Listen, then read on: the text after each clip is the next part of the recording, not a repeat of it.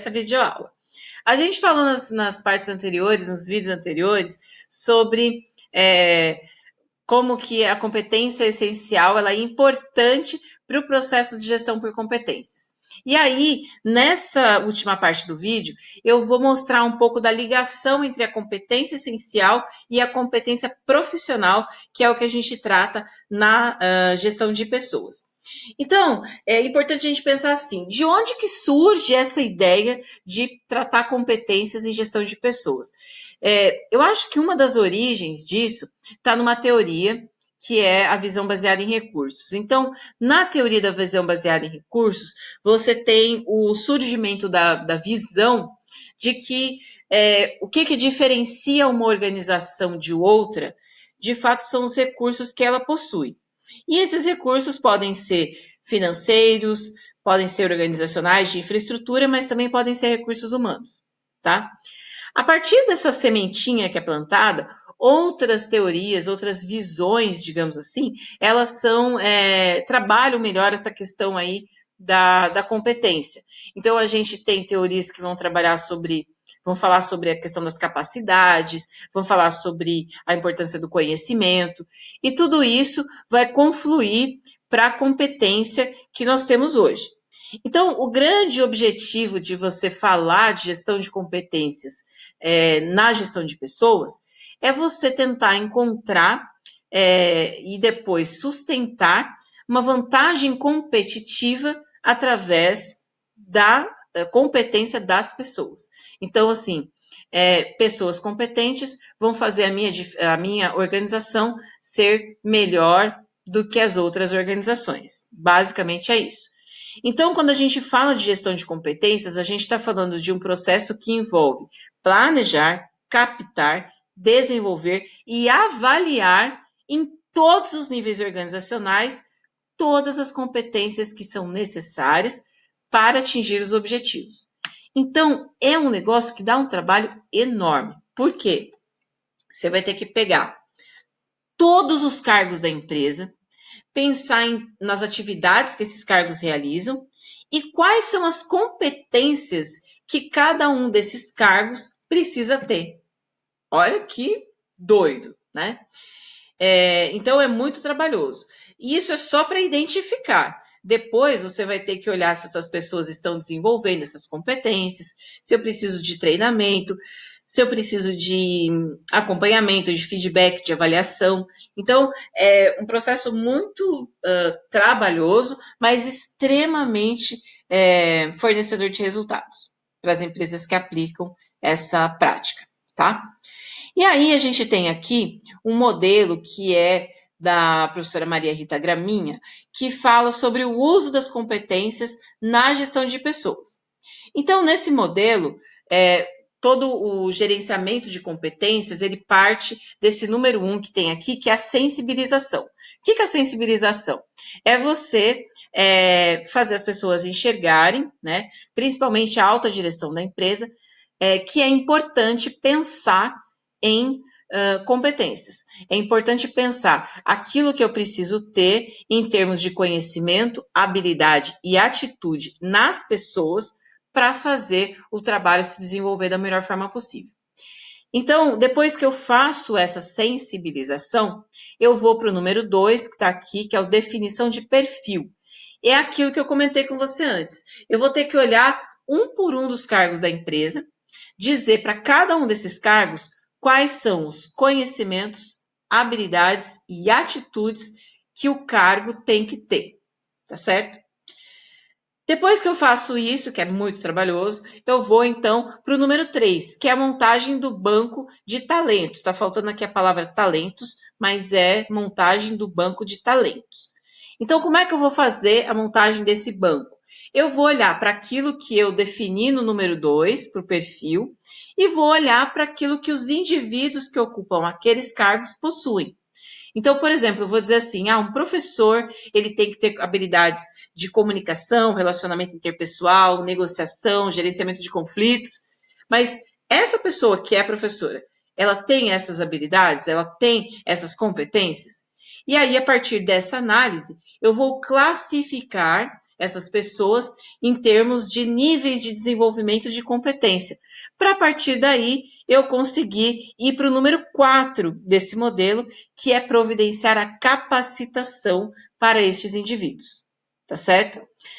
Depois que eu capacito todo mundo, que eu estou ali dando, proporcionando, né, umas competências mais técnicas e também as competências mais assim, sociais, né, emotivas, né, socioemotivas. Então, depois que eu faço todo esse trabalho de treinamento, de capacitação da mão de obra, aí eu vou olhar o desempenho. Então, eu vou dizer assim, eu vou olhar assim, esse indivíduo, ele tinha que ter a competência XYZ, ele não tem, aí eu dei um treinamento, capacitei, e agora? Ele adquiriu essa competência? Então, eu vou olhar o desempenho dele, eu vou olhar como que ele está fazendo o trabalho dele acontecer, e a partir disso, eu vou conseguir identificar se o meu processo de gerenciamento de competências aconteceu da melhor forma possível. Tá certo? Então, esse modelo que tem aqui 5 etapas, né? Sensibilização, definição do perfil, montar o banco de talentos, capacitar e fazer gestão do desempenho, é um modelo muito bacana para a gente pensar o uso de competências dentro da empresa, dentro da gestão de pessoas. É um modelo certamente que, na minha opinião, pelo menos, é um modelo que pode ser aplicado. E aí, eu falei para você no... Opa, deixa eu colocar aqui, pronto. Eu falei para você, né, no slide anterior, no item número 3, que a gente fala sobre o banco de talentos, né? Como que eu constituo o banco de talentos. Uma coisa muito importante a gente pensar, que tem vários indivíduos, distintos indivíduos na nossa organização. E aí, a gente precisa encontrar o lugar dessas pessoas, tá? Então, o que a gente tem? Dentro daquela classificação que a Graminha propôs, naquele processo de gestão de talentos e competências, a gente tem aqui uma possibilidade, uma sugestão que a autora faz também, para classificar os talentos da nossa empresa, da nossa organização. Então, eu vou ter aqui, por exemplo, os indivíduos que estão abaixo da média quando eu faço avaliação de desempenho. Esses indivíduos, eles muitas vezes, eles estão tendo um desempenho abaixo, não porque eles não têm competência, mas porque ele não tem competência para fazer aquela atividade, mas tem para fazer uma outra. Então, nesse sentido, a proposta é realocar esse indivíduo, buscar um outro lugar para ele na organização, para ele poder exercer as suas potencialidades. A gente tem também a possibilidade dos mantenedores, que são o quê? São aqueles indivíduos que eles já desenvolveram plenamente as suas capacidades, as suas competências, e eles não vão desenvolver mais do que aquilo. E aí tem vários motivos para isso acontecer. O indivíduo, de repente, ele pode não ter interesse em desenvolver aquilo na empresa, ele pode estar mirando outras coisas fora daquela organização, ou simplesmente para ele tá bom daquele jeito. E aí, nesse caso, a gente fica com o desafio de estimular o desenvolvimento desses indivíduos, dessas pessoas. Então, tá o tempo todo ali, cutucando, estimulando, tentando fazer com que ele desenvolva essas novas capacitações.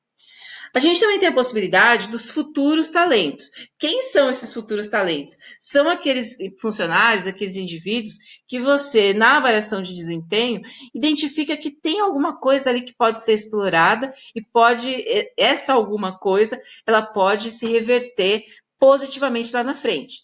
Então, o futuro talento é um potencial que existe naquele indivíduo. E aí, nesse caso, o trabalho da gestão de pessoas é o quê? Aconselhar esse indivíduo, conversar com ele, ouvir, fazer um acompanhamento das atividades dele, para que nesse processo de aconselhamento e acompanhamento, você consiga direcioná-lo para algumas capacitações, para algumas buscas para o desenvolvimento dessas competências.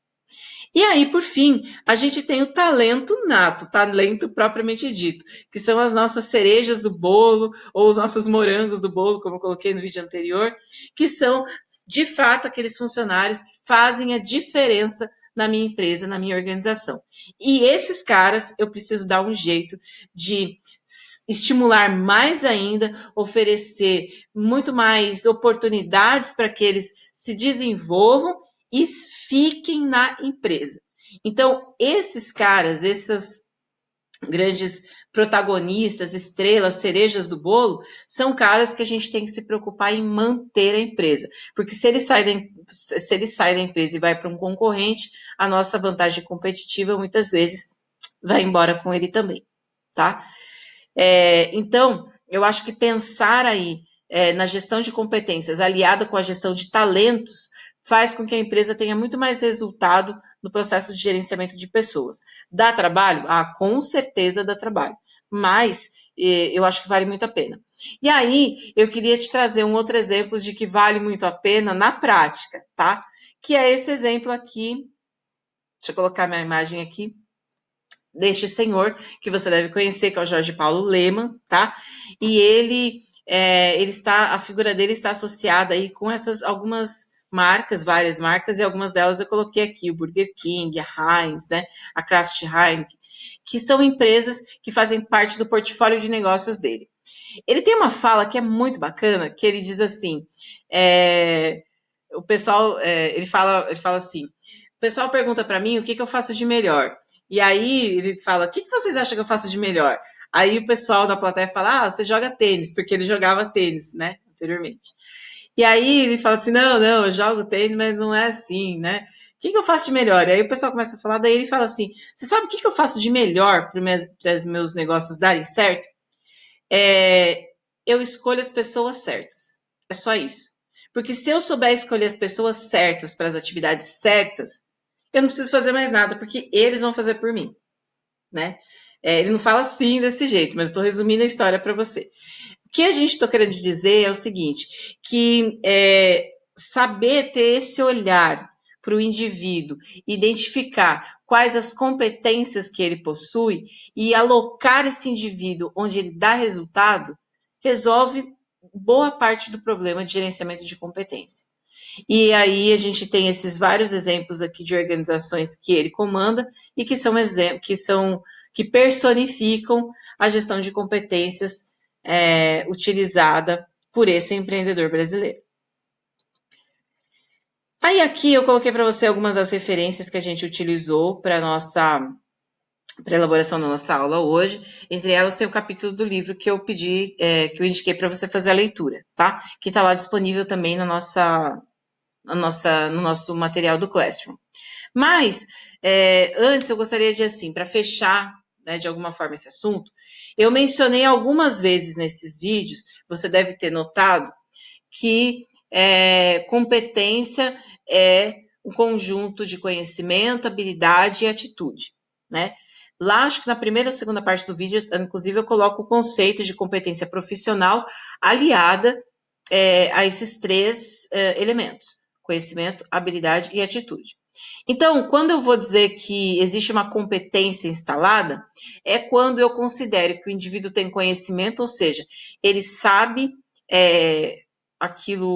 como aquilo deve ser feito conceitualmente, teoricamente, ele tem ideias sobre aquilo que está sendo feito. Esse conhecimento pode ser um conhecimento tácito ou explícito, mas ele sabe o conteúdo daquilo.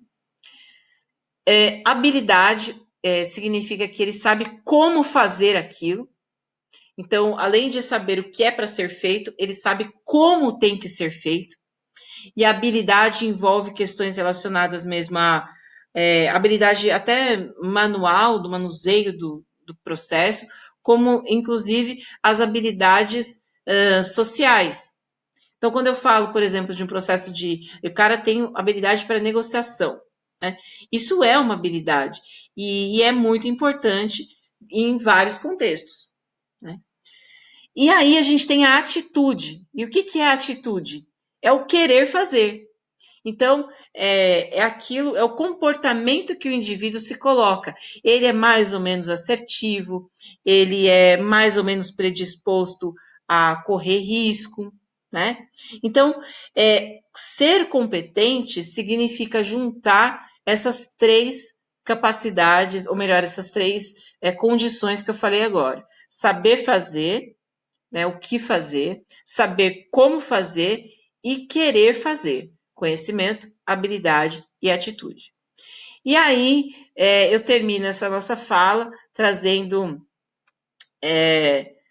essa imagem final que tem a ver com aquele vídeo que eu te indiquei para assistir lá no início da nossa videoaula, que é do rapaz fazendo uma performance do Cisne Negro para a banca de jurados. E aí, eu também não vou dar spoiler, mas aí eu vou dizer para você o seguinte, que no final da apresentação, um jurado até chora de emoção ao ver aquilo que foi apresentado, né? E aí eles aplaudem, eles ficam muito felizes com aquilo, e aí a gente vê que realmente o ser competente tem aí, de fato, a questão do conhecimento, da habilidade e da atitude.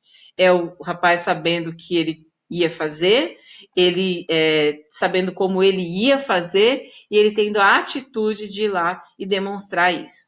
Então, eu acho que fica aí como dica e reflexão para todos nós. Até que ponto nós estamos sendo competentes nas atividades que nós estamos realizando, tá certo?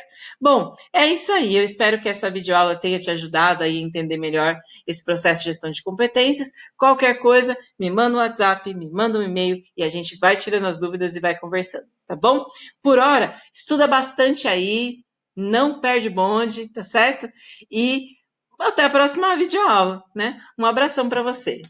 Tchau, tchau.